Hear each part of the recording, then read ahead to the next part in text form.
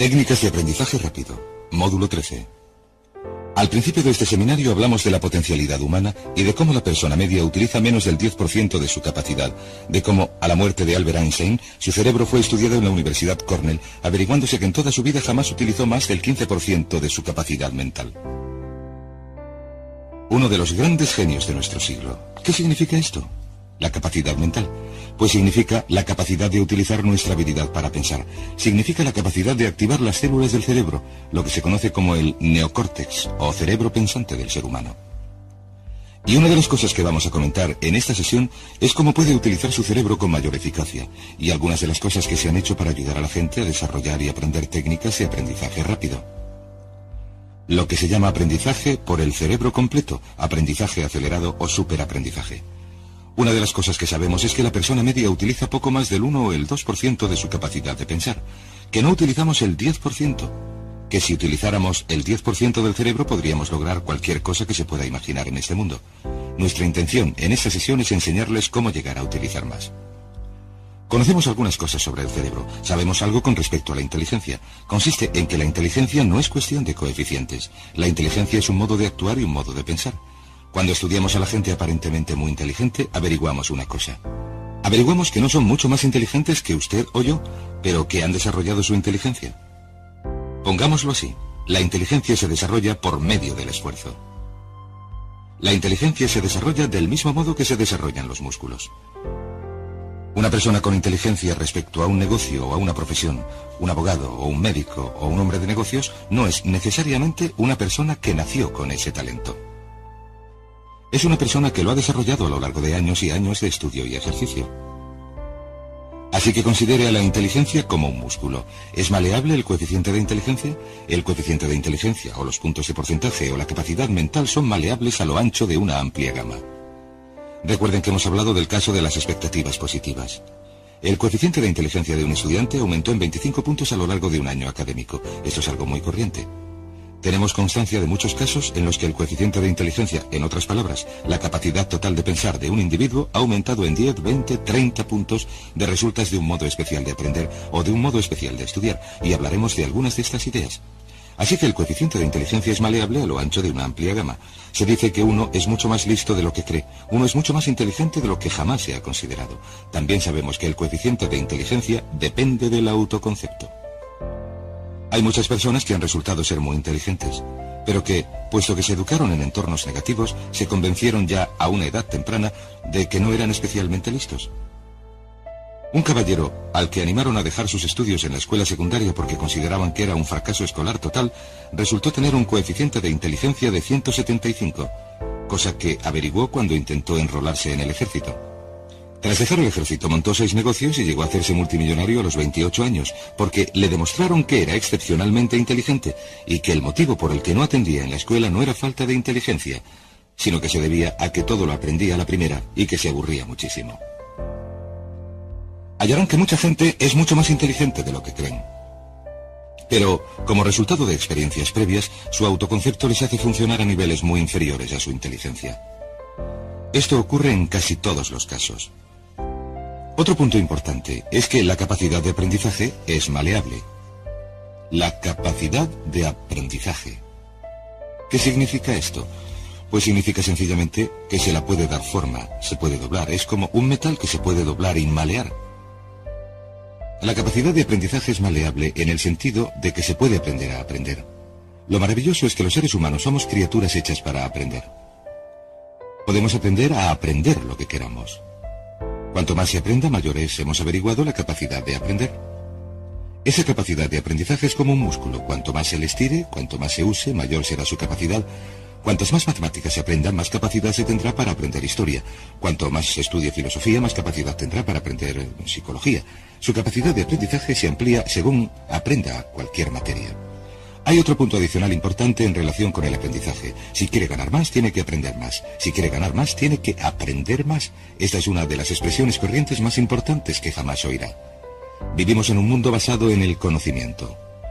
Su mundo externo de ingresos será un reflejo directo de la cantidad de conocimientos útiles que absorba. Si es como yo, probablemente será impaciente. Probablemente le gustaría saber cómo aprender más deprisa, de modo que pueda ganar más cantidad y más deprisa. Y de esto vamos a hablar. Por cierto, nuestro tercer punto consiste en que existe una relación directa entre la longevidad y el aprendizaje. Que observamos que cuanto más activa sea nuestra mente, más tiempo vivimos, que siempre que observen casos de personas que empiezan a volverse seniles tras cumplir los 60 años, verán un ejemplo de alguien que dejó de leer hace mucho y empezó a ver mucha televisión. Los jubilados estadounidenses ven un promedio de 7 horas de televisión al día, lo que consigue que sus mentes se vuelvan muy pasivas. El cerebro empieza a atrofiarse, sus reflejos, su inteligencia, su capacidad de reacción y de estar alerta a su entorno empieza a deteriorarse. Cuanto más tiempo dedique a aprender, cuanto más tiempo dedique a estudiar, más activo será mentalmente. Cuanta más energía tenga, cuanta más vitalidad, más sano será. De hecho, si estudian las vidas de hombres y mujeres creativos tales como Goethe, que empezó la segunda parte del Fausto a los 85 años, o Grandman Moses, que empezó a pintar a los 75 años y seguía pintando cuando cumplió los 100. Albert Schweitzer, con quien trabajé en África, seguía haciendo una jornada completa de trabajo a los 91 años, cuando la mayoría de las personas que habían crecido con él, si no todas, llevaban décadas en la tumba. Así que, aunque su única razón sea que quiere vivir siempre, ha de llegar a aprender de manera activa e inteligente. Debe desarrollar su capacidad de aprendizaje, debe aprender a aprender. Hace unos años, en la década de los 50, un hombre llamado Georgi Lasonov inició unos experimentos que han tenido una gran influencia sobre nuestra manera de pensar en Occidente durante las 2 últimas décadas. Se ha escrito sobre su trabajo un libro importantísimo titulado Superaprendizaje, que comenta los resultados de sus experiencias. Lasonov empezó a estudiar el hecho de que la explosión de información era tal que ya nadie podía estar al día en su profesión. Que fuera cual fuera la profesión de cada uno, se escribían sobre ella decenas, centenares, incluso millares de artículos cada día. Que nadie podía absorber esta información, y empezó a preocuparse por la necesidad de elaborar un método para que la gente aprendiera más deprisa. A su sistema lo denominó aprendizaje acelerado. Nosotros lo llamamos aprendizaje rápido. Hay quienes lo llaman superaprendizaje, significa lo mismo. Quiere decir, ¿cómo se puede absorber más información más deprisa? Lo que averiguó Lasonov fue lo siguiente. Empezó como un pionero en la investigación de la utilización completa del cerebro. Averiguó que en realidad el cerebro se compone de 2 hemisferios y que los 2 hemisferios del cerebro realizan distintas funciones, que la gente que mejor aprende es capaz de armonizar y de utilizar ambos hemisferios del cerebro. Si el hemisferio izquierdo es responsable de ciertas funciones, el derecho es responsable de otras. También averiguó que hay una masa de tejido que divide el cerebro y se llama cuerpo calloso, y que los niños, hasta los 5 o 6 años, aprenden a razón de unas 25 veces más de lo que aprenden los adultos. Y lo que pensó fue, ¿no sería posible volver a crear las condiciones que existen en la primera infancia que permiten que los niños aprendan a una velocidad fantástica en la vida adulta? Y al estudiar las funciones del cerebro, averiguó que el hemisferio izquierdo y el hemisferio derecho eran responsables de modos de pensar muy distintos.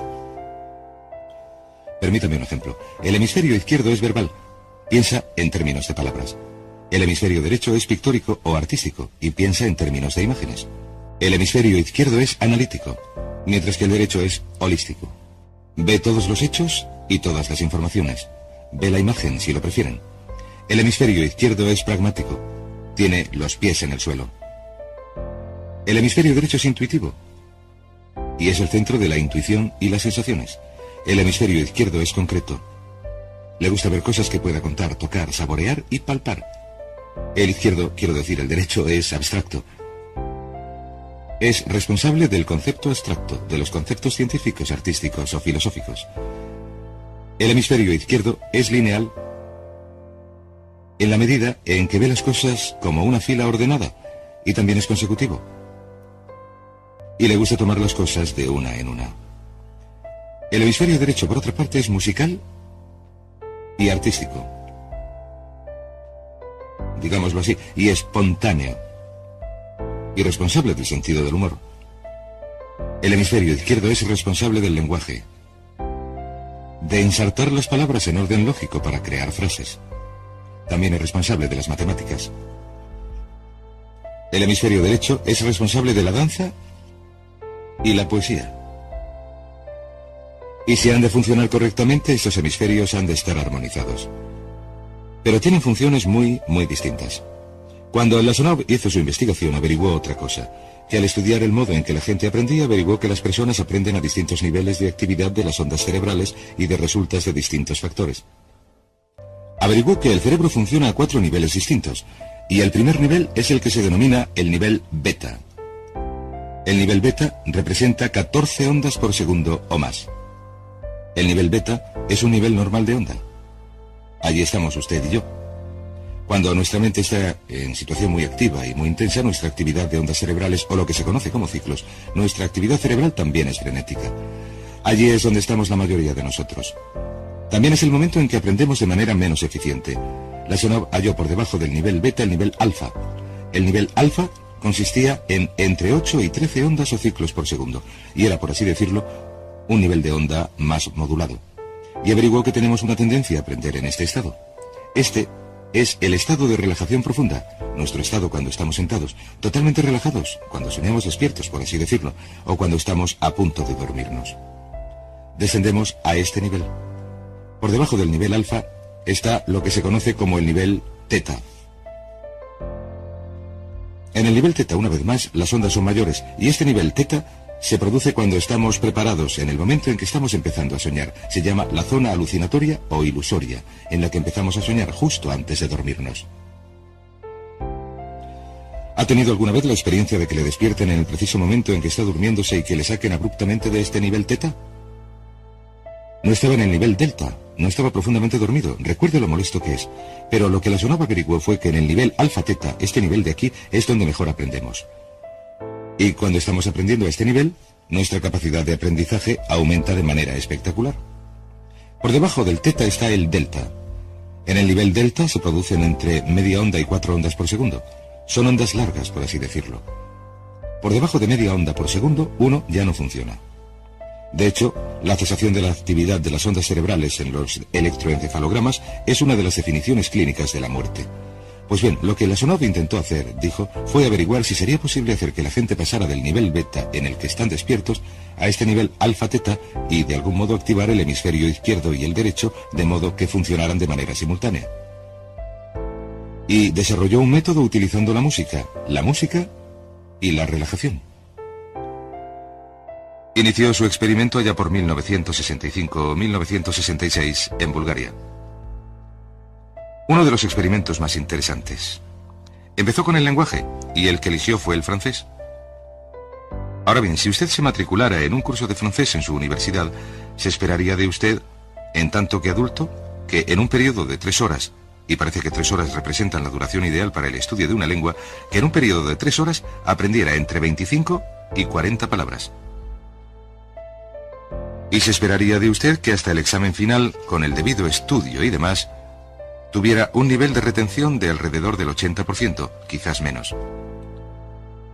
De hecho, lo que Lasonov averiguó fue que la mayoría de las maneras de aprender en nuestra sociedad son tan ineficaces que resultan deplorables, y que la persona media que logra un título universitario en nuestra sociedad, tras invertir varios años y mucho dinero, olvida entre el 80 y el 90% de todo lo que aprendió allí antes de que transcurra el verano siguiente a su último año de universidad. De hecho, se olvida casi el 80% en los 30 primeros días. Un par de catedráticos han sugerido que si se deseara despejar la mayoría de las universidades del país, un método muy sencillo para lograrlo sería llamar a todo el mundo a las 48 horas de los exámenes finales y volverles a examinar sin previo aviso. Y se vería que el modo tradicional de aprender, que consiste en atiborrar el cerebro con cuanta información sea posible, lanzarse al aula y regurgitar esa información durante el examen, y a continuación marcharse, recuperarse y volverlo a hacer otra vez, este modo de aprender es muy ineficaz. Toda la información que absorbemos de este modo se pierde por completo. Por eso, si estudiara un idioma en el colegio y luego fuera a uno de los países donde se habla ese idioma, probablemente no recordaría más de 3 o 4 palabras, e incluso estas estarían equivocadas. De manera que Lasonov decidió utilizar la música y la relajación, y esto fue lo que hizo. Bajo unas condiciones estrechamente controladas, reunió a 60 estudiantes. Había seleccionado a estos estudiantes de varios campos, y ninguno tenía conocimiento alguno del francés. Habían sido estrechamente controlados y seleccionados por personas que estaban en contra de este experimento. Todo estuvo rigurosamente controlado. En 1966 reunió a las 60 personas, sintiendo que tendría que aumentar enormemente el nivel medio de aprendizaje para lograr la autorización para el establecimiento de su Instituto de Sugestología. Posteriormente, se llegó a establecer en Bulgaria el Instituto de Sugestología. Lo que hizo fue reunir a estas 60 personas. Su meta era conseguir que llegaran a aprender 150 palabras por sesión. 150 palabras por sesión con un mayor nivel de retención. Lo que hicieron fue reunirlos, poner música suave, bajar la luz y leerles palabras de unas fichas donde aparecía el francés por un lado y el búlgaro por el otro. Y según les leían las palabras, los estudiantes repetían la palabra en un estado de profunda relajación. Luego les devolvían a un estado de plena consciencia, revisaban las palabras y les hacían pruebas sobre las mismas. Desde las 3 sesiones iniciales averiguaron, en primer lugar, revisión en estado relajado, en segundo lugar, escuchar las palabras en un estado de relajación profunda y en tercer lugar, nueva revisión en el estado consciente.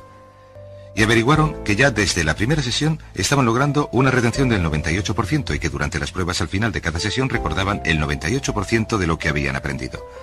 Realizaron este experimento durante 6 semanas y todos y cada uno de los estudiantes de la clase lograron una tasa de retención del 98% sin haber tenido ninguna experiencia previa en la lengua.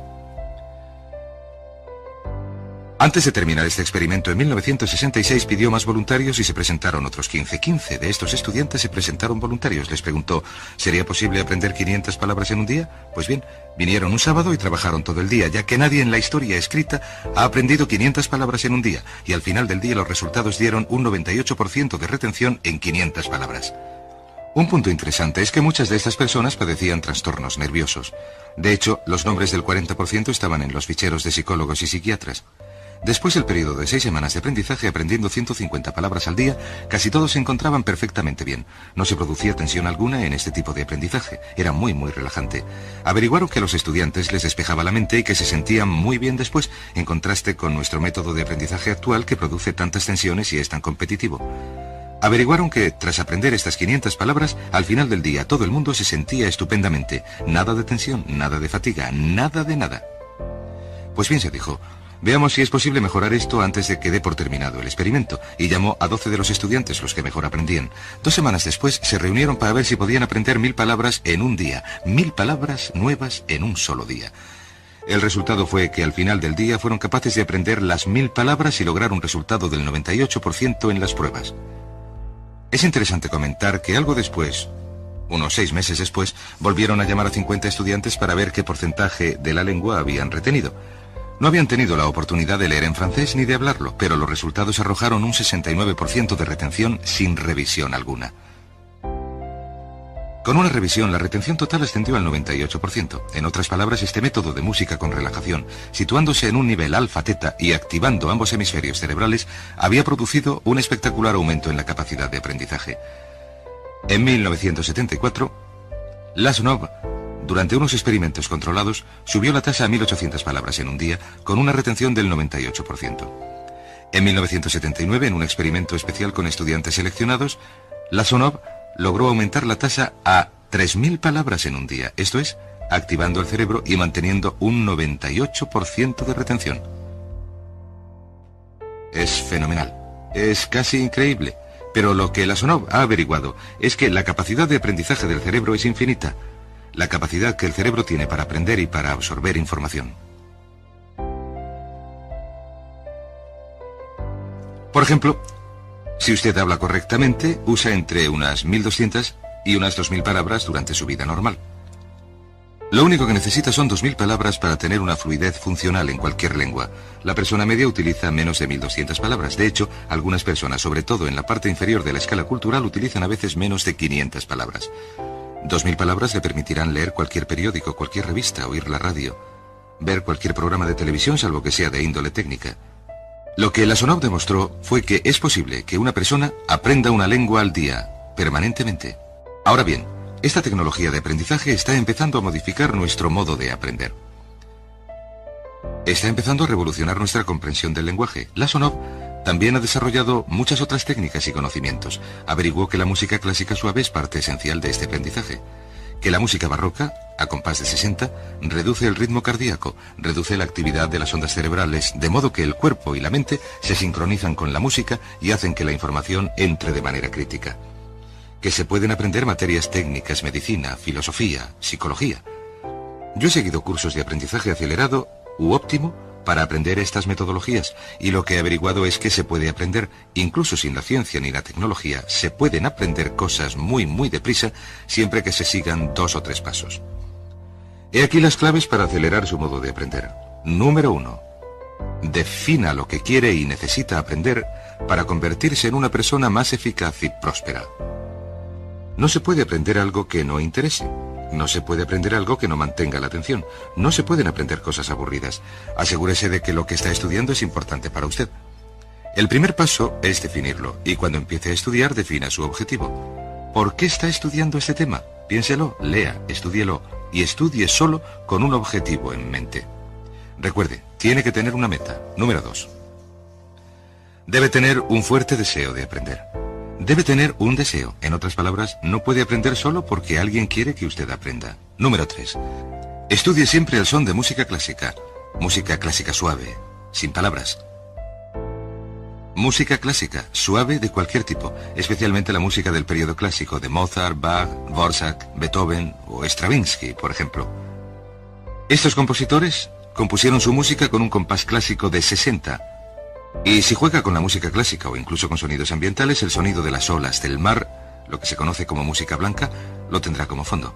Esta música relaja el cerebro, abre los hemisferios izquierdo y derecho y permite que la información penetre a través del hemisferio izquierdo y se interiorice en el hemisferio derecho, que es donde se almacena en el centro de la memoria. De modo que lo que pretende lograr de la música es la relajación del cuerpo calloso. Relajar el cerebro de modo que la información pueda fluir a través del hemisferio izquierdo y penetrar en el derecho. Un cuarto punto clave es la repetición espacial. La repetición espacial es importante. Hay quien pregunta, ¿cómo puede ser que yo dirija un seminario como este que dura todo el día, sin apuntes, y a veces día tras día de seminario sin apuntes? ¿Debo tener una memoria privilegiada? Pues no tengo buena memoria. Lo que sucede es que estudio sin cesar y utilizo la repetición espacial y reviso una y otra vez. Por cierto, también hay otra cosa. Se trata de que cuanto más se aprenda, más se aprende. Cuando empiece a estudiar, recuerde que hay que practicar para aprender a aprender. Hay que practicar. Cuanto más se practique para aprender a aprender, más probable es que se aprenda. Los primeros días que dedique a estudiar una materia nueva le exigirán un tremendo esfuerzo. He aquí otro punto importante, la variedad. La variedad de estímulos es esencial. Los distintos modos en que se estimula la mente, distintas revistas, obras de teatro, la exposición a distintas conversaciones, distintos temas, etc. Bombardee su mente continuamente con estímulos que supongan un reto para su mente y hallará que desarrolla la capacidad de aprender y recordar más. Y número 7. Recuerde lo que se denomina el periodo de atención. El momento en que más se aprende se produce al inicio de un periodo de estudio y al final de ese periodo. ¿Qué nos indica esto?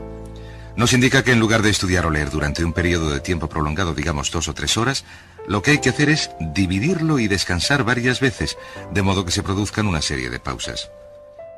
Siempre recordará lo que aprenda al principio de la pausa, al principio del periodo y al final del periodo, el principio y el final. Cuantas más pausas haga, cuanta más variedad pueda introducir en su estudio, más deprisa aprenderá. La clave es recordar lo siguiente: todo lo que usted es o será es el resultado de la información que introduzca en su mente, la información práctica, útil, que absorba y emplee para producir algún tipo de mejora en el mundo que le rodea. Si quiere ganar más, tiene que aprender más. Si quiere ser más feliz, tiene que aprender más. Si quiere desarrollar su capacidad plena en tanto que ser humano, tiene que aprender más. Esto quiere decir, lea, estudie y aprenda a aprender. Si lo hace, le sorprenderá la cantidad de potencialidad mental que puede liberar.